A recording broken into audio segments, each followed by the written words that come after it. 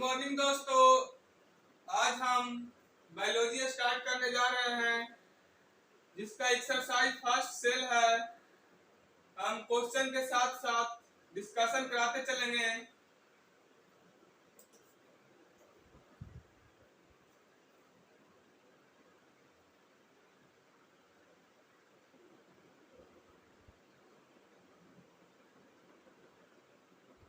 Cell यानी कोशिका हमारे पृथ्वी पर दो प्रकार के पदार्थ पाए जाते हैं। जैसे कि हमारे ब्रह्मांड में दो प्रकार के पदार्थ पाए जाते हैं।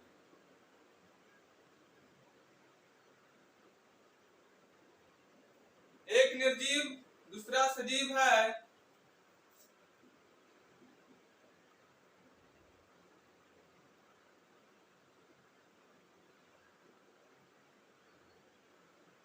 निर्जीव की कुछ निर्माण प्रक्रिया है जो कि एटम से स्टार्ट होती है। एटम यानी परमाणु, इसका हिंदी हो जाएगा। एटम से हमारे मॉलिक्यूल्स बनते हैं।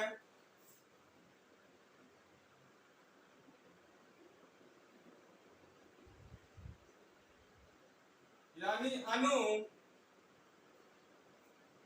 परमाणु से अणु और अणुओं के ढेर, अणुओं को मिलने से हमारे निर्जीव की निर्माण होती है। एटम्स मिलकर हमारे मॉलिक्यूल्स बनते हैं और बहुत सारे मॉलिक्यूल्स के ढेर मिलकर हमारे निर्जीव की निर्माण होती है। उसी प्रकार कुछ सजीव की भी निर्माण प्रक्रिया है जो कि सेल से स्टार्ट होती है।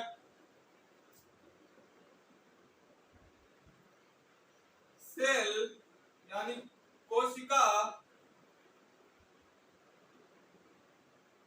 सेल से हमारा टिश्यू बना है।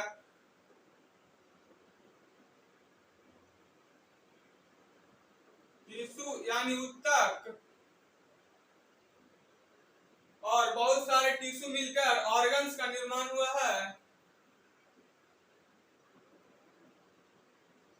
ऑर्गन्स यानी अंग, और कई ऑर्गन्स मिलकर हमारे ऑर्गन सिस्टम का निर्माण हुआ है।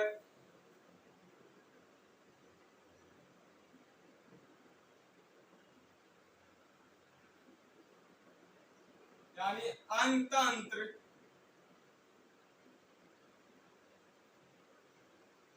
और फिर लास्ट में हमारा अंग तंत्र मिलकर हमारे शरीर का यानी हमारे बॉडी का निर्माण हुआ है।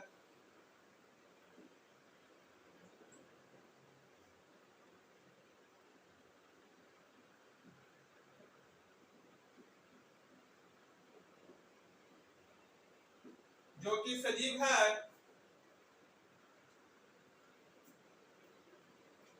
हमारे पृथ्वी पर दो प्रकार की पदार्थ पाए जाते हैं, एक निर्जीव, दूसरा सजीव।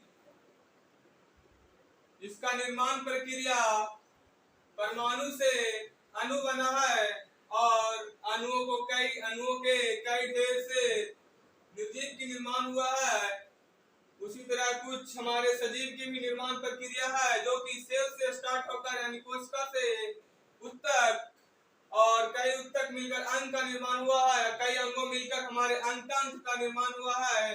लास्ट में जाकर हमारे कई अंगतंत्र मिलकर हमारे शरीर का निर्माण प्रक्रिया संभव हुआ है। कोशिका, कोशिका के अभाव के बिना हमारे ऊतक यानी टिश्यू, सेल के अभाव के बिना हमारे टिश्यू की निर्माण प्रक्रिया, रचनात्मक प्रक्रिया, रचना संभव नहीं है। अगर हमारा कोशिका नहीं रहेगा तो हमारा ऊतक बनना संभव है। इसलिए इसे हमें रचनात्मक इकाई कहते हैं।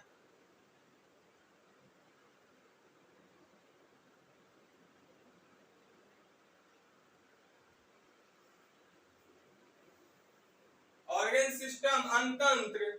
हमारे शरीर में कई सारे अंगतंत्र हैं जो कि काम करते रहता है। जो कि कोशिका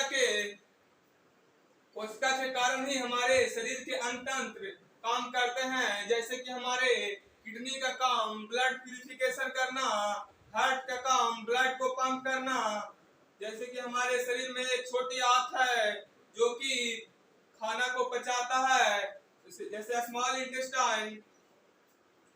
छोटी आंत को इंग्लिश में स्मॉल इंटेस्टाइन कहते हैं, जो कि हमारे शरीर के खाना को पचाने का काम करता है। अगर हमारे शरीर के हमारे छोटी आंत को यानी सेल ही काम करना बंद कर दे तो क्या संभव है कि वो हमारी छोटी आंत अपने खाना को पचा पाएगी? यह संभव नहीं है। इसलिए हमें कह सकते हैं कि हमारे सेल क्रियात्मक इकाई है।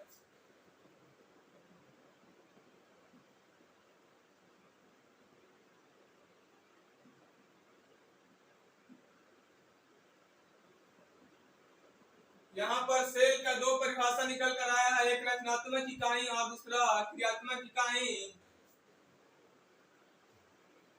अब क्वेश्चन को देख लेते हैं। निम्नलिखित कथनों पर विचार कीजिए। कोशिका सजीवों की रचनात्मक एवं क्रियात्मक इकाई है। कोशिका सजीवों की रचनात्मक एवं क्रियात्मक इकाई है, ये सही है। कोशिका के अभाव में सजीव के शरीर का निर्माण संभव नहीं है।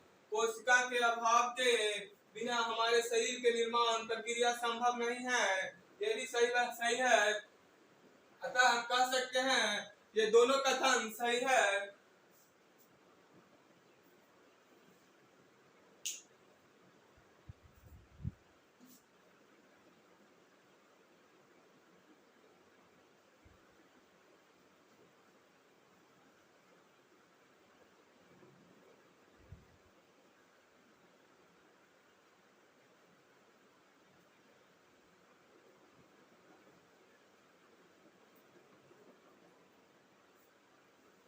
क्वेश्चन नंबर 2 को देख लेते हैं।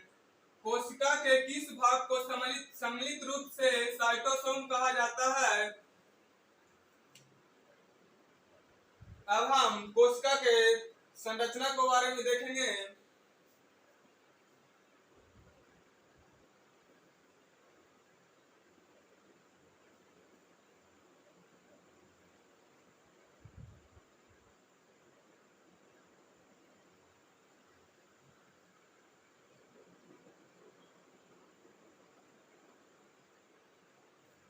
हम यहाँ पे गोल बनाए हैं। ऐसा नहीं है कि गोल बनाए हैं तो कोशिका हमारा गोल होता है।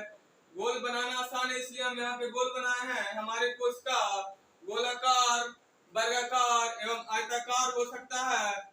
कुछ तो ऐसे कोशिका हैं जो कि अपनी पल पल आकृति को बदलते रहती है। जैसे कि हमारे ब्लड में एक WBC है, व्हाइट ब्लड सेल, जो कि अपनी आकृति को पल पल बदलते रहती है। एक और है माइटोकॉन्ड्रिया, जो कि अपनी आकृति को पल पल बदलते रहती है। इसके बाहरी परत को कोशिका झिल्ली कहते हैं। कोशिका झिल्ली यानी सेल मेम्ब्रेन्स।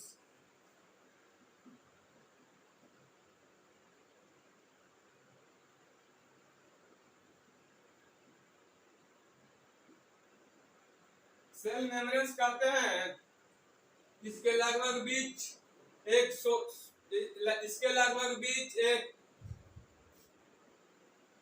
ठोस सघन पदार्थ पाए जाते हैं।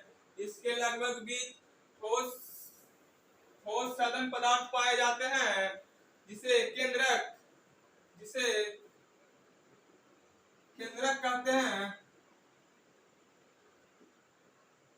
केंद्रक यानी न्यूक्लियस कहते हैं।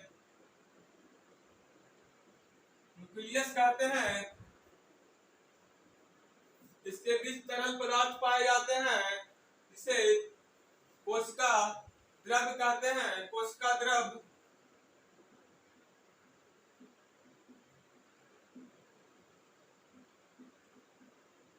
इंग्लिश में इसे साइटोप्लाज्म कहते हैं। प्लाज्म कहते हैं। ये इस स्थान में और ये केंद्रक के बीच में दोनों तरल पदार्थ एक ही प्रकार के पाए जाते हैं, सिर्फ स्थान अलग अलग होने के कारण इसे नाम अलग अलग दिया गया है। जैसे कि इसे कोशिका द्रव कहते हैं और इसे केंद्रक द्रव कहते हैं, केंद्रक द्रव कहते हैं।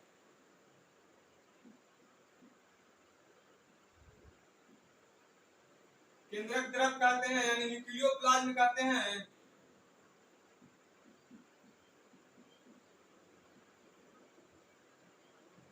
न्यूक्लियोप्लाज्म कहते हैं। इसलिए हम दोनों एक ही है, इसलिए हमें दोनों को एक साथ बोलना चाहें तो इसे जीव द्रव कहते हैं। जीव द्रव यानी प्रोटोप्लाज्म।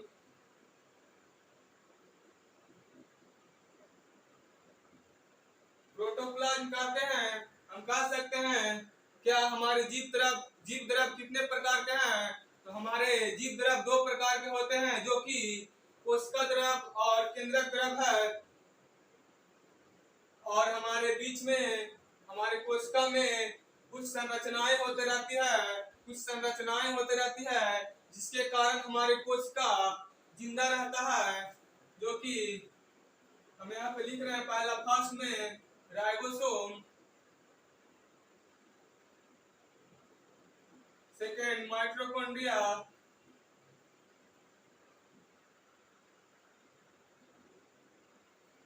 राइबोसोम माइटोकॉन्ड्रिया जो कि संरचना करते रहती है कोशिका तरल पदार्थ में। इसके कारण हमारे कोशिका जिंदा रहता है। अगर इस संरचना को हम नाम देना चाहें तो इसे कह सकते हैं कोशिका अंगक।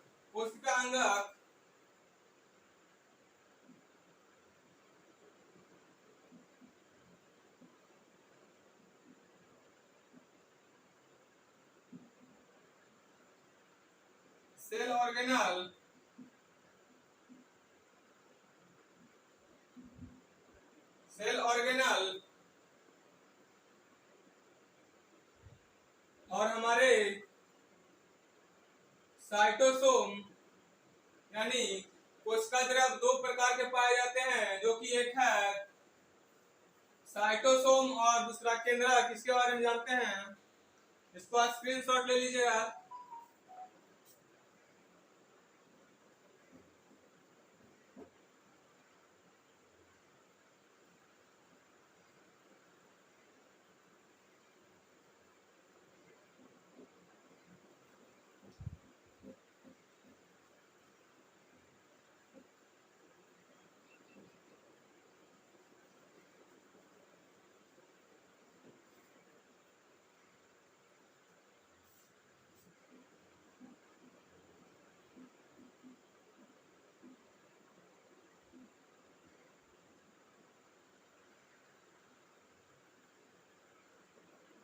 कोशिका द्रव दो प्रकार के पाए जाते हैं, एक है साइटोसोम,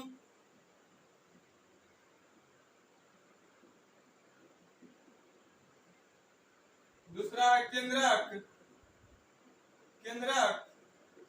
हमारे साइटोसोम तीन प्रकार के पाए जाते हैं। फर्स्ट है कोशिका झिल्ली, यहाँ लिख देते हैं।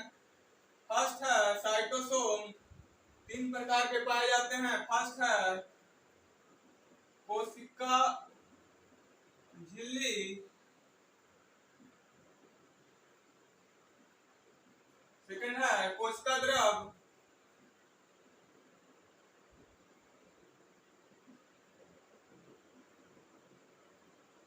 थर्ड है कोशिका अंगक।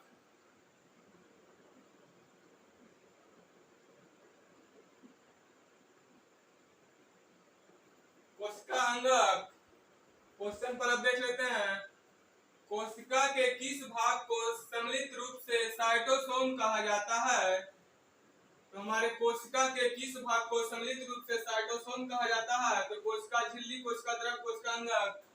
जैसे कि क्वेश्चन में ऑप्शन में देख लीजिए, कोशिका झिल्ली, कोशिका द्रव विशिष्ट कोशिका यानी कोशिका अंगक में होता है। इसलिए हम कह सकते हैं कि हमारे तीनों कथन सही है, इनमें से सभी।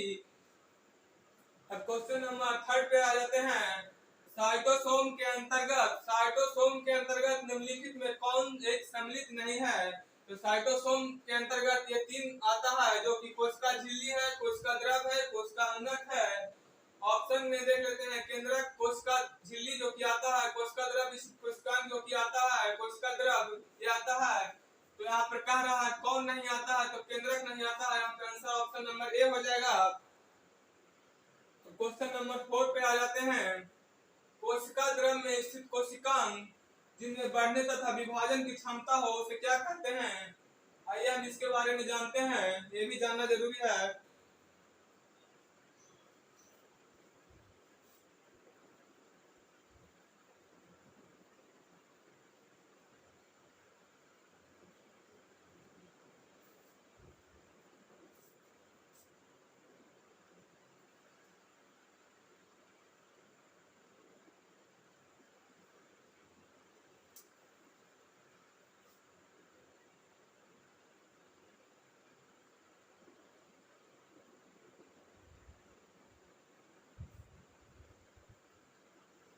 हमारी इस कोशिका में हम बताए थे कि ढेर सारी संरचनाएं होती रहती है। उस संरचना को हम कोशिका अंगक कहते हैं। हमारे 2 प्रकार के कोशिका अंगक पाए जाते हैं।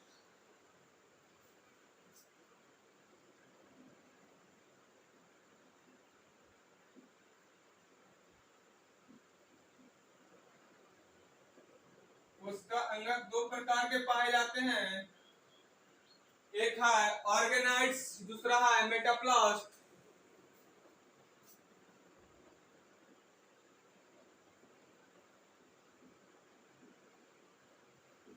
ऑर्गेनाइड्स, दूसरा है मेटाप्लास्ट।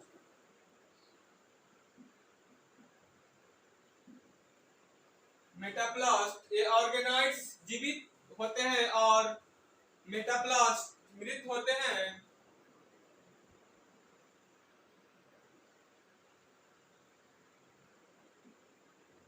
यहाँ पे जीवित और मृत का क्या मतलब है इसको जानते हैं।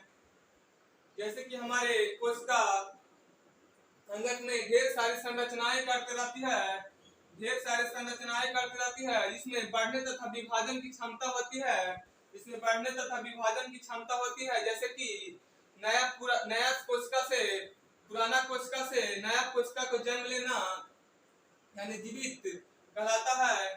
मेटाप्लास्ट में ये प्रक्रिया नहीं है। नया से नया बनने की प्रक्रिया जिसमें नहीं पाई जाती है उसे मेटाप्लास्ट कहते हैं।